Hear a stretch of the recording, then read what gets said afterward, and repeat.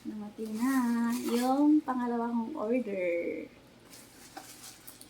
Ano ba yan? Baunan ko to kasi binabala ko na magluto ng ulam. Tapos magbaon na lang ako.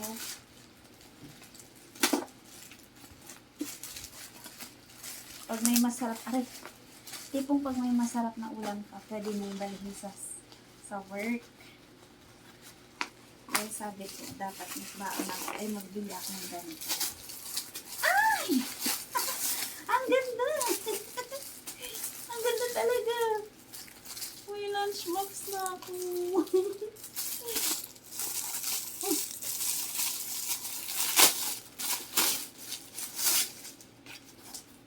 Dito pala ako sa tindahan nag-unboxing guys. Wala ako sa taas. Dito lang ako sa baba. Yee! Gusto mo? Asak. Charot. Dati nalawa para magbabao na din ako. Ikaw din? Sige, mag-order ako ulit. Yun! Ang nice ng tumbler ko.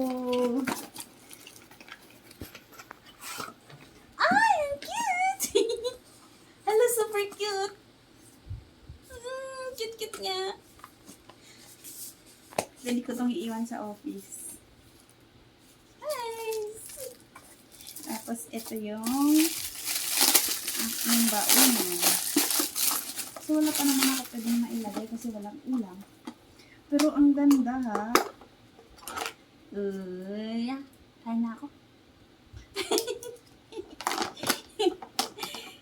Ang cute, parang bata, no? Pang bata. Tapos, dubulak pa siya. Ganyan. Ay, uy! Pambata talaga. Pwede yan, dalawang ulam. Lalagyan ng ulam, tsaka kanin. Ulam, kanin, tapos fruits. Yung chinap na fruits. Yan lang. Happy ako, guys.